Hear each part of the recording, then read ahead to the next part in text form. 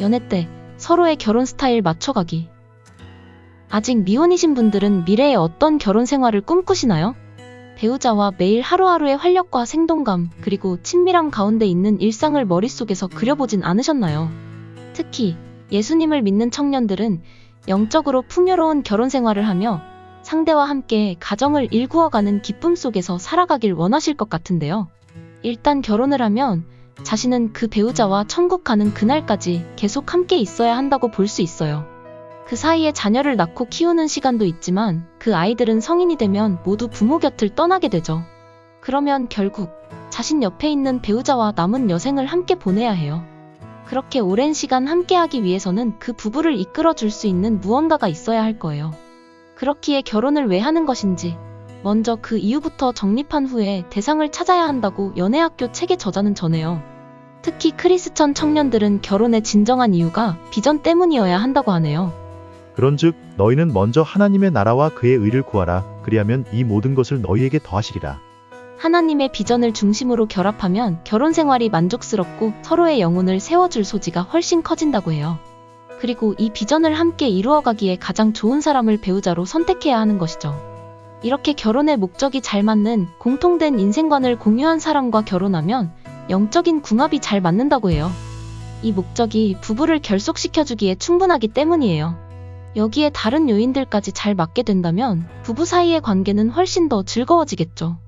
그렇기에 연애하는 동안 상대방과 충분한 대화를 나누길 추천드려요.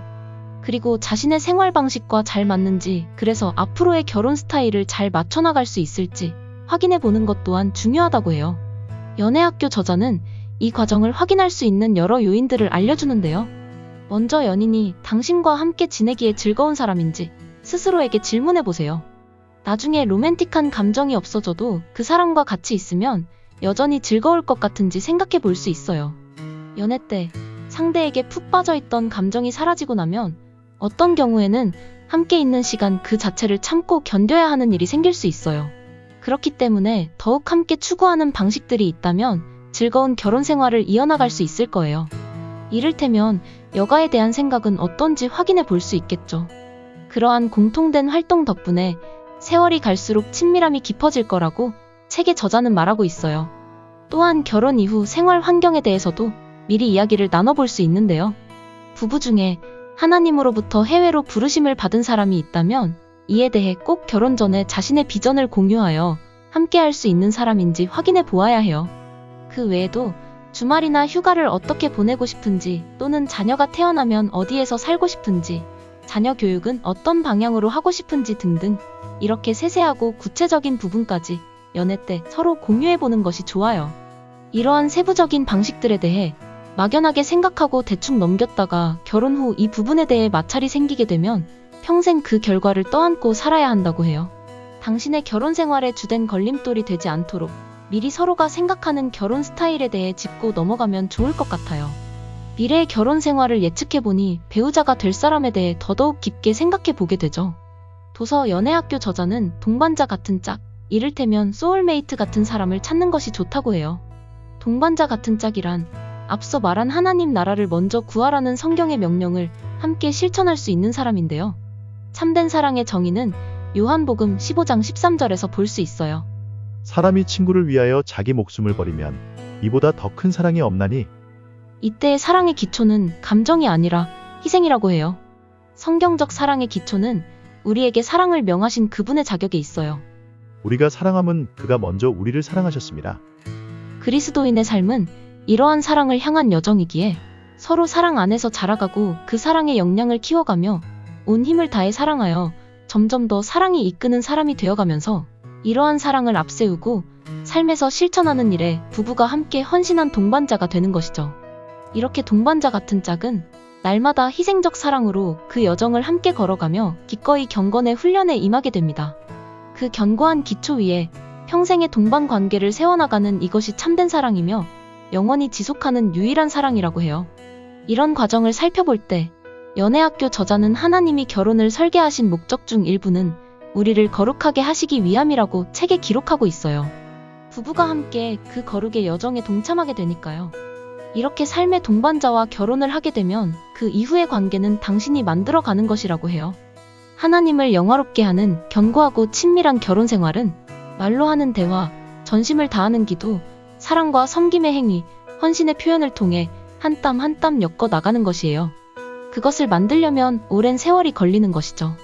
관계란 본래 찾아내는 것이 아니라 지어가는 것이라고 해요. 그렇기에 의식적인 노력이 필요하죠. 이렇게 아름다운 관계를 가꾸기 위해서는 어떻게 해야 할까요? 책의 저자는 우선적으로 서로 겸손하라고 전해요. 겸손이란 자신을 깎아내리는 것이 아니라 자신에 대한 생각을 줄이는 것을 뜻한다고 하네요. 자신 위주로 해오던 생각을 줄인다는 것이 생각보다 쉽지 않아요. 처음에는 노력이 필요한 일이죠.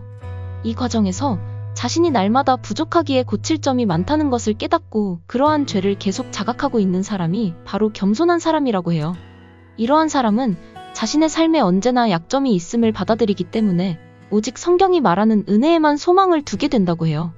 이를 통해 자신에게 교정해야 할 부분들에 대해 열린 마음으로 받아들이며 잘못을 지적받으면 적극적으로 행동을 고치려는 모습을 보인다고 하네요. 그렇기에 이들은 삶의 진정성이 있어서 겉으로만 의로워 보이기보다는 실제로 의를 기르는 데 더 마음을 쓴다고 해요. 또한 도서 연애학교의 저자는 부부 사이에 서로 용서하라고 해요. 결혼 생활을 하는 동안 배우자의 마음을 아프게 할 것이고 배우자에게 실망과 수치를 안겨주는 일이 생길 수 있어요. 당신의 죄가 배우자를 불편하게 할 것이에요. 아직 상상이 가지 않는 청년분들이 있으시겠지만 이는 성경이 보장하는 사실이죠. 우리는 다 실수를 많이 저지릅니다. 누구든지 말에 실수가 없는 사람은 온몸을 다스릴 수 있는 온전한 사람입니다.